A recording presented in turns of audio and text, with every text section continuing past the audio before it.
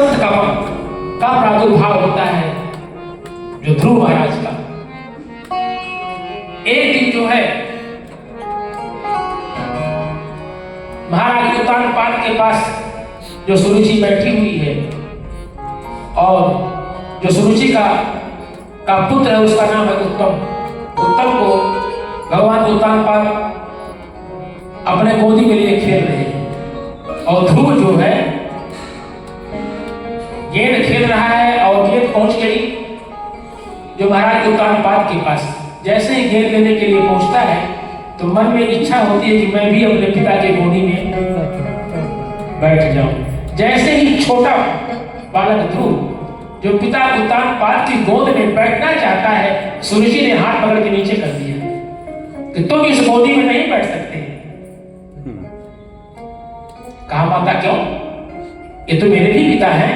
कहा नहीं नहीं, तुम्हारे पिता तो हैं लेकिन मैं तुम्हारी माता नहीं हूं। तुमको इनकी गोदी में बैठने के लिए जाओ, तपस्या करो, तपसा आराध्यम, तपस्या करो और भगवान से वरदान मांगो कि अब मेरा जन्म माता सुरुचि के गर्भ से हो, तब तुमको इस गद्दी पर बैठने का अधिकार होगा। सुरुचि ने ध्रुव का अपमान नहीं किया, भगवान का भी अपमान किया। वह अपने को, अपने गर्भ को भगवान से भी अधिक मान रही है। वो छोटा सा क्षत्रिय बालक, उसको जो है रोष आ गया और रोष में रोते हुए कहां पहुंचता है? अपनी माता के पास, सुनीति के पास, कि बड़ी माता ने मुझको ऐसा ऐसा कहा है, मैं उससे बदला जरूर लूंगा। सुनीति डांट रही है, ये तुम क्या कर रहे हो? वो तुम्हारी माता है, तुम अपने माता के लिए ऐसा बात तुमने कैसे कर दिया? उसने ठीक ही तो कहा है, तुम जाकर के भगवान की आराधना करो, तुम भगवान की तपस्या करो और तुम जो है अपनी माता से कह रहे हो कि हम उनसे बदला लेंगे। अरे तुम कौन सा बदला लोगी? उसने तो ठीक ही कहा है, मैं तो अभागी हूं और तुम मेरे पुत्र हो। उसने तो तुमको उपदेश दिया कि जाकर के तपसा आराध्यम, तुम भगवान की आराधना करो। जैसे ही माता जो सुनीति ने कहा कि जाकर के भगवान की आराधना करो, छोटा सा बालक 5 वर्ष की आयु है, चल देता है और जैसे ही चलता है ना तो एक ऐसे संत हैं जिनको मिले हैं, पहले उनको भगवान का दर्शन जरूर हुआ है। नारद देखा विकल जयंता दयाला,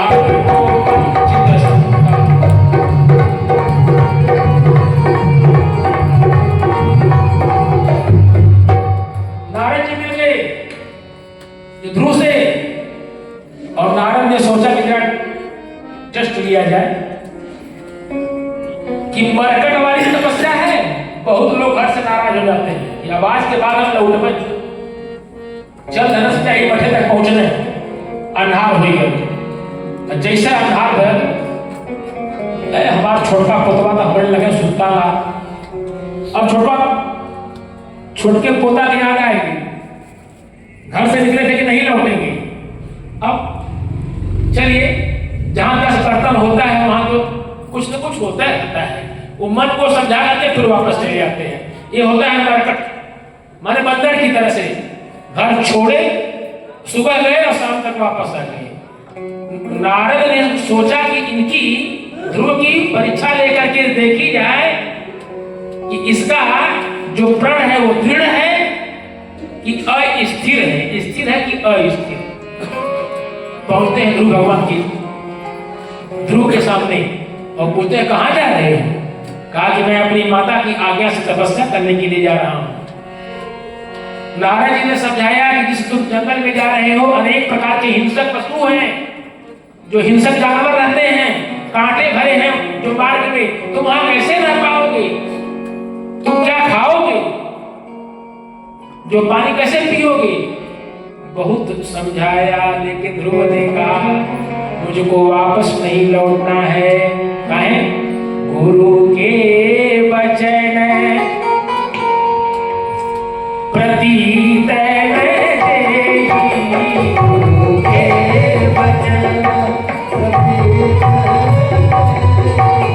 सबले सुख में सुख सीधी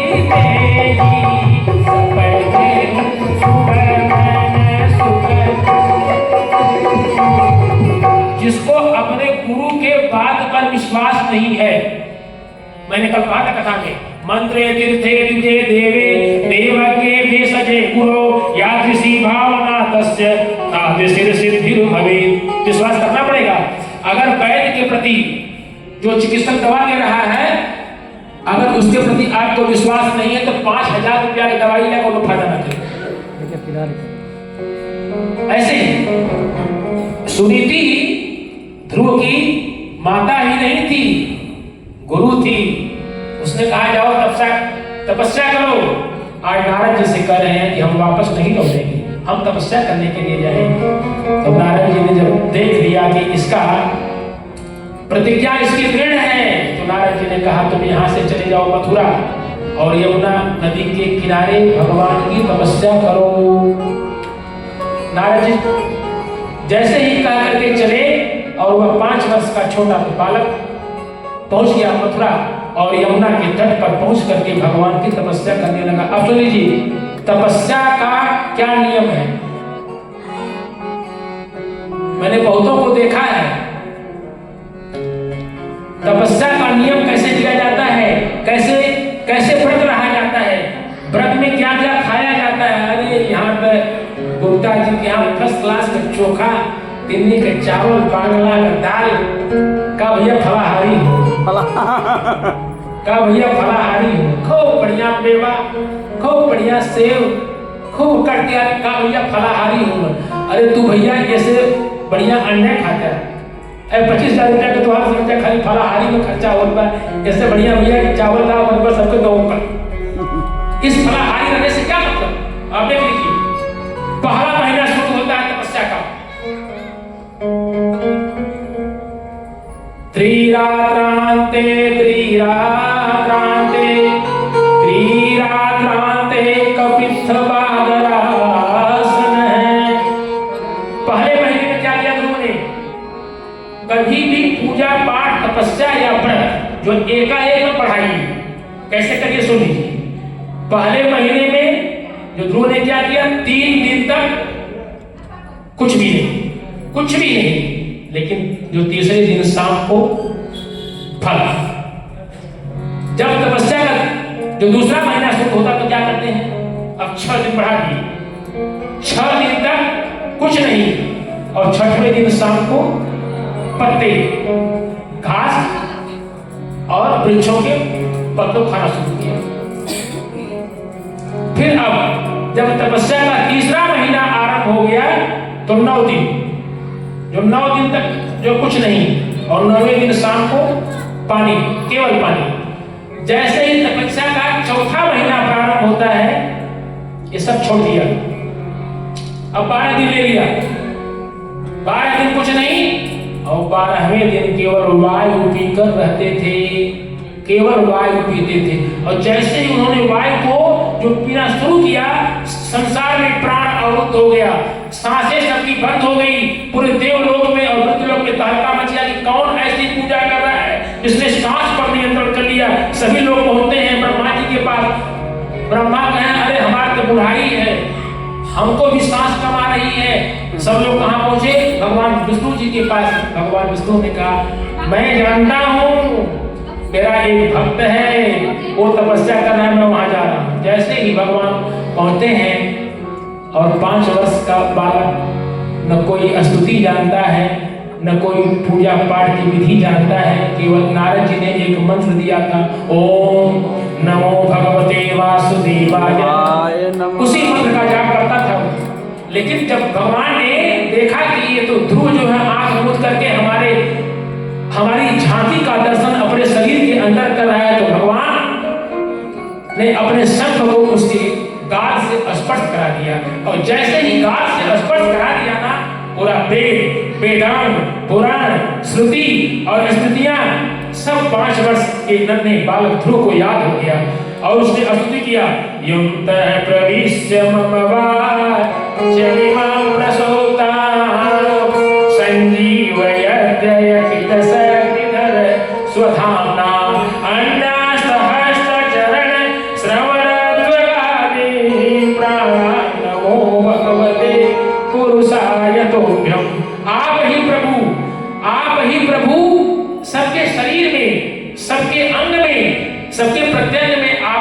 सूक्ष्म रूप से विराजमान है और मैं ऐसे प्रभु को चरणों में प्रणाम करता हूं। भगवान ने कहा वरदान मांगो।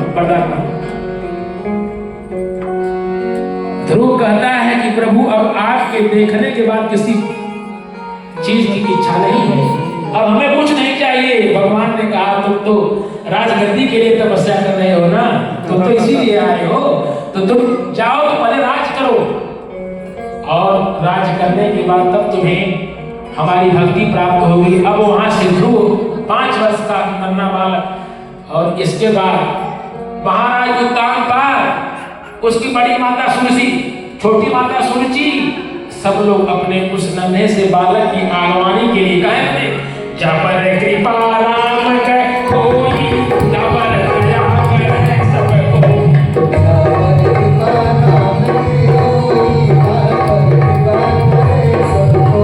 सारे लोग जो शत्रु थे ना, छोटी माता जाकर के पहले ही आगवानी कर रही है, लेकिन ध्रुव महाराज पहले अपने उस माता के चरणों में गिरते हैं कि आपके ही कारण मुझे भगवान का दर्शन हुआ। अपने पिता के चरणों में गिरते हैं कि आपके, और अंत में पहुंचते हैं अपने माता के पास कि माता धन्य है आप कि आपने हमें अपने गर्भ में धारण किया, आपने हमें ऐसा उपदेश दिया कि भगवान की प्राप्ति मुझे हो गई।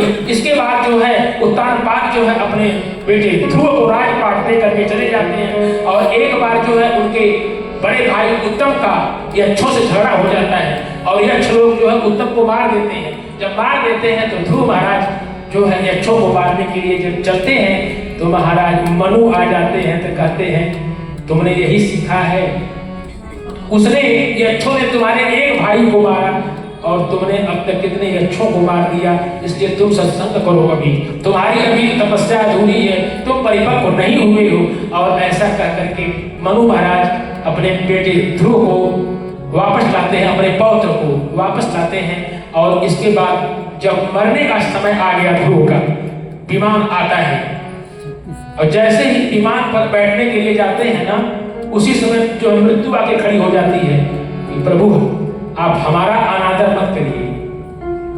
भगवान ध्रुव जो है वह मृत्यु के सिर पे अपना पांव रखते हैं, मृत्यु के सिर पे पांव रख करके विमान में बैठते हैं, और विमान में तब बैठ के जब जाने लगते हैं तो मुंह गिर जाता है।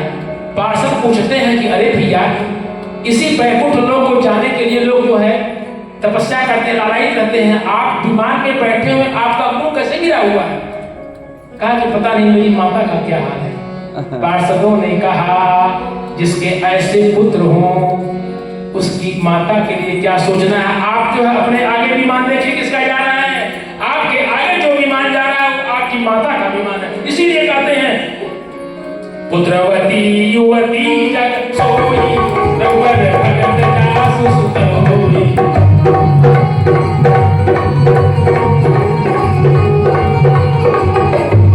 इसीलिए कह रहे हैं कि आप अपने पुत्रों को कथा में जरूर लाइए, संस्कार डालिए। संस्कार मार्केट में मिलता नहीं, बाजार में मिलता नहीं, आप ऐसे ही कथा के स्थल पे जब ले जाएंगे बच्चों के अंदर संस्कार का निर्माण होगा, और जब बच्चों के अंदर संस्कार का निर्माण होगा तो ये बच्चे ही आपका आगे जो है, अब जो है, अब देखिए जो इन्हीं के वंश में जो ध्रुव के पुत्र हुए उत्कल, उत्कल के पुत्र हुए अंग, अंग जब राजा हुए तो अंग का विवाह हुआ मृत्यु की पुत्री का नाम है सुनीता, जो सुनीता से विवाह हुआ।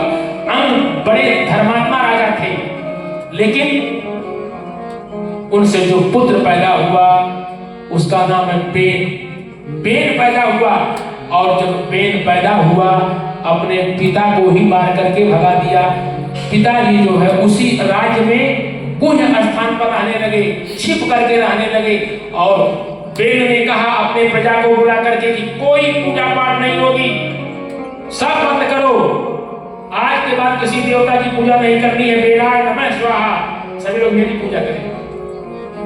और कहीं भी ब्राह्मणों का गांव हो जला दीजिए, गैया हो जला दीजिए, गौशाला हो जला दीजिए, जहां पे यज्ञ हो रहा है बंद करिए, विध्वंस करिए। ऋषि महात्माओं ने सोचा कि अरे बाप रे बाप, ये तो सब बंद कर दिया। ऋषि महात्मा लोग समझाने के लिए आए बेन को कि अरे भाई तुम किसके वंशज हो, तुम्हारे जो है वंश में जो ध्रुव जैसे राजा होंगे, और तुम इस प्रकार से जो प्रजा को क्यों कष्ट दे रहे हो।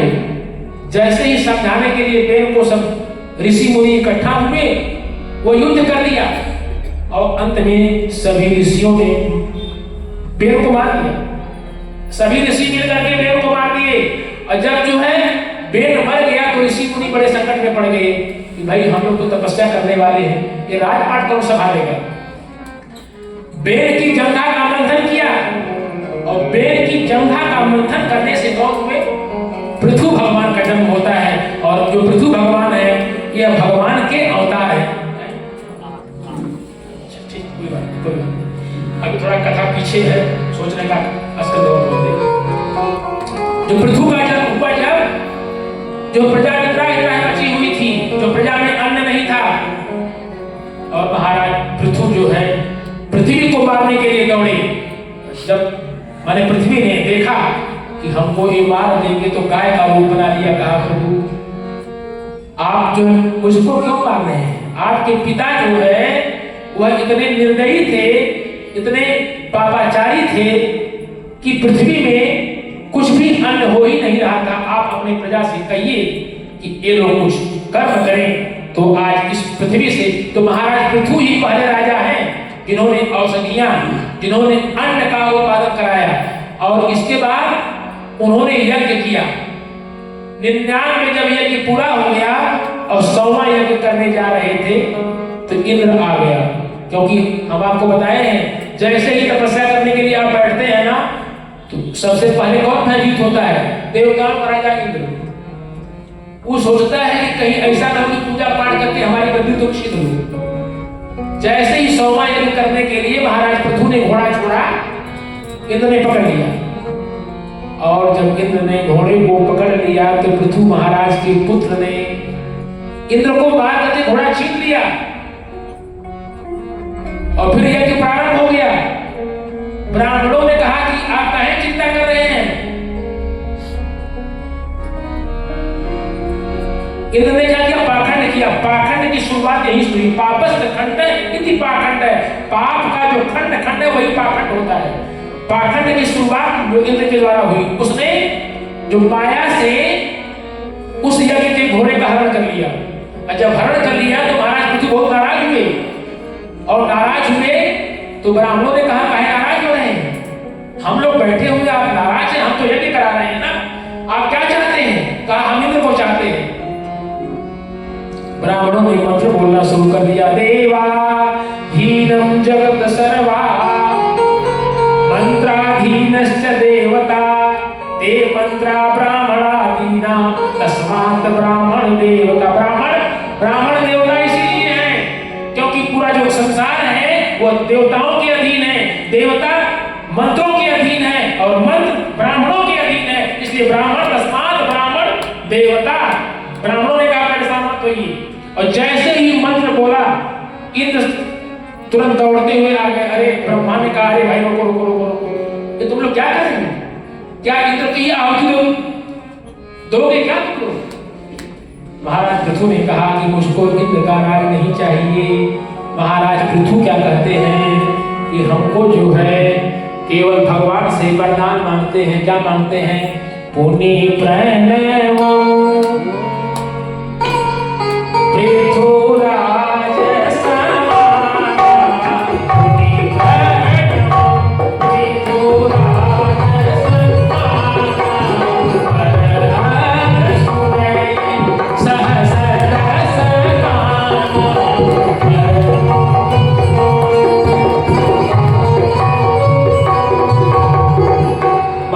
पृथु ने भगवान से वरदान मांगा कि आपकी कथा सुनने के लिए जो हमारे दोनों कान है ना, इन दोनों कानों में 10,000 कान की शक्ति दे दीजिए कि हम आपकी कथा को अधिक सुन सके। काहे राम कथा ये सुनता रस विशेष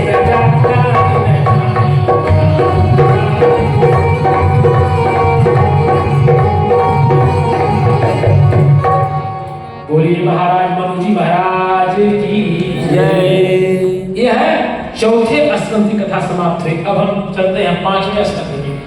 थोड़ा आप लोग धैर्य रखिएगा, कथा हमारे थोड़ा पीछे चल रही है।